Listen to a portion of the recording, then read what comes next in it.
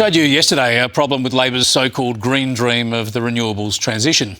It's an abandoned solar farm at Gemelong, not far from Forbes in central western New South Wales. The farm's owner, Vast Renewables, went into administration last year, leaving the plant to go to rack and ruin. And locals are up in arms. They're concerned about the bushfire risk and, of course, public safety. The story attracted the interest of the Shadow Minister for Regional Development, Anne Webster, who joins us live from Mildura. Good to talk to you again, Anne, and congrats in hanging in the Shadow Cabinet. Now, we know there's a lot of concern about the renewables rollout in regional areas, but there aren't too many examples of abandoned projects like this one, are there? Well, let's wait and see, Chris. Great to talk with you again.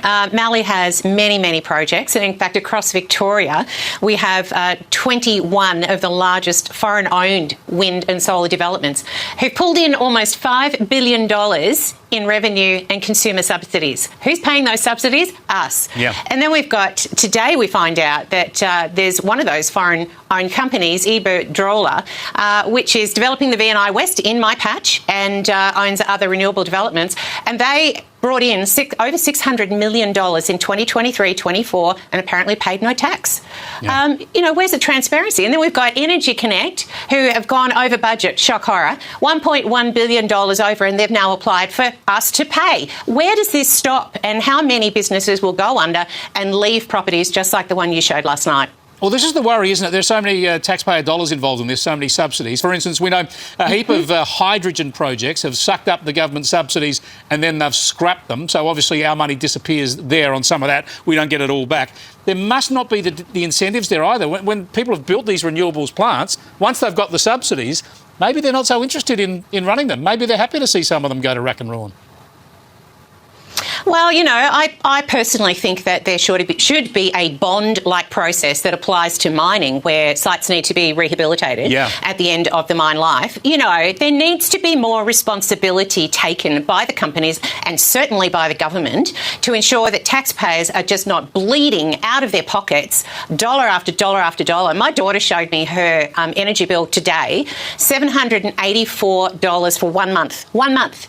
Wow. Young family, 4 kids. This is crazy. Well, this is the point, right? The company that's gone bust here, Vast Renewables, they've soaked up $300 million in taxpayer subsidies. Now, not for that specific solar farm, that's just one small venture, but for others as well. Yet this solar farm, we're short of energy. We're told the renewables are the cheapest form of energy, yet it wasn't, obviously, it couldn't trade through and it's gone to rack and ruin. What's happened to all the subsidies and why doesn't the solar farm work, or why isn't it worth keeping in operation?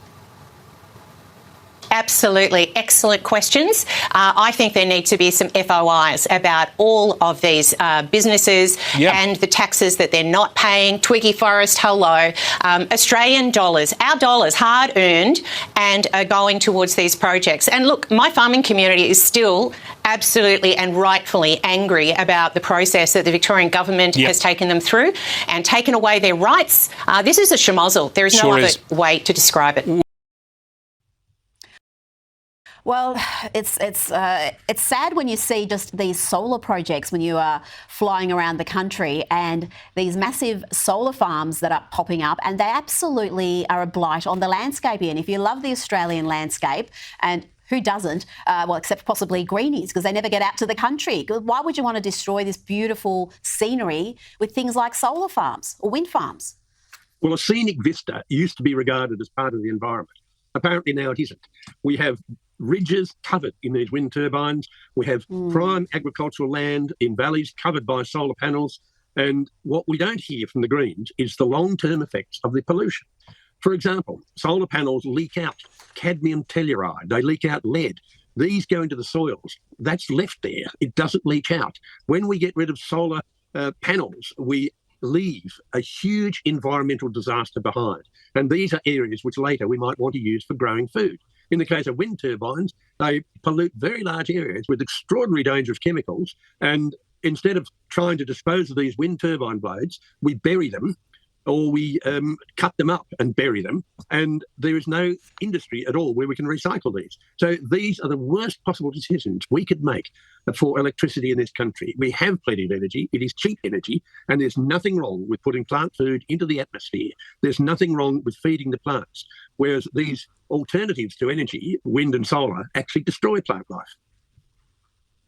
Now, finally, a regular on this program, Alex Epstein, he does a fantastic job highlighting some of the climate catastrophizing, he calls it, where these global warming activists, scientists make all sorts of doomsday predictions that, of course, never come to fruition.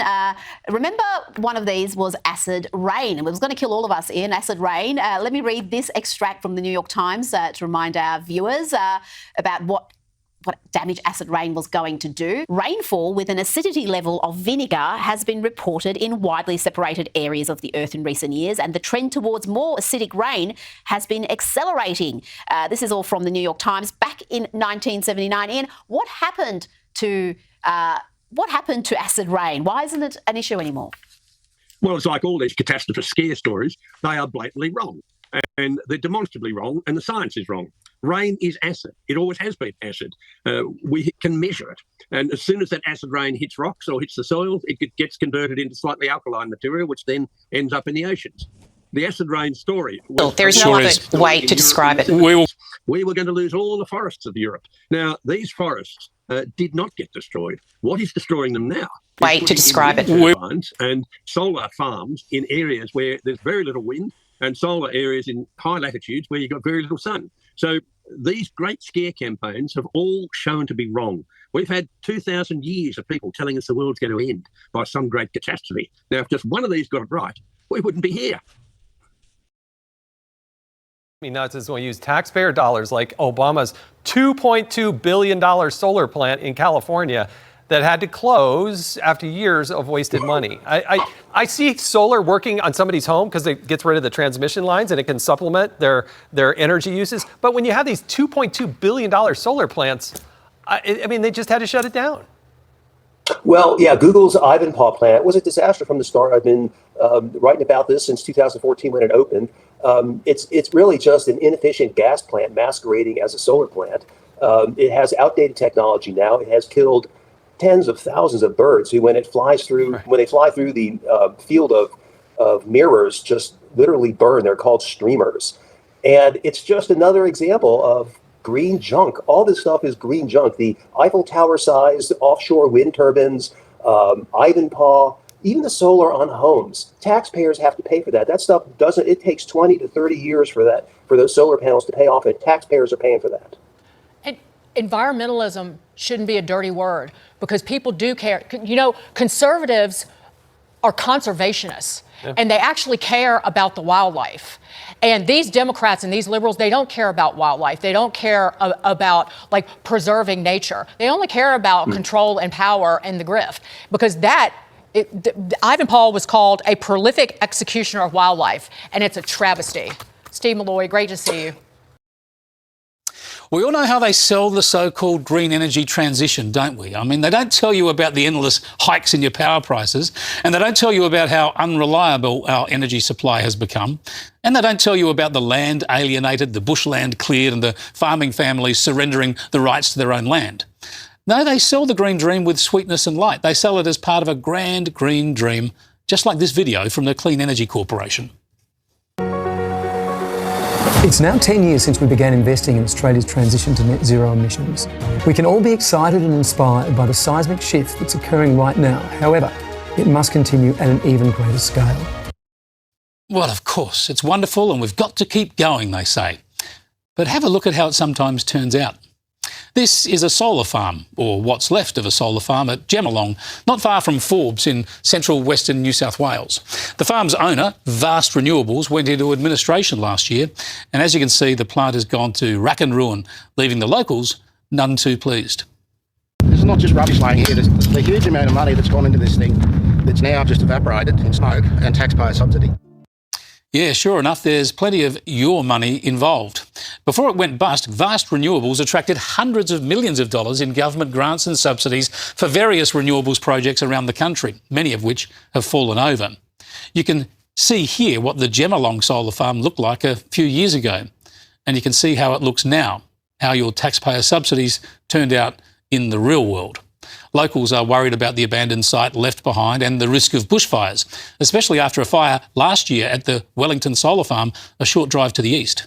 The firefighting aircraft over the back there water bombing, 2 helicopters. Unbelievable. This is a real worry, isn't it? A legitimate fear. The green dream gets a big run in the media and in politics, and it attracts countless billions of your dollars. But the renewable energy reality is something entirely different to the spin.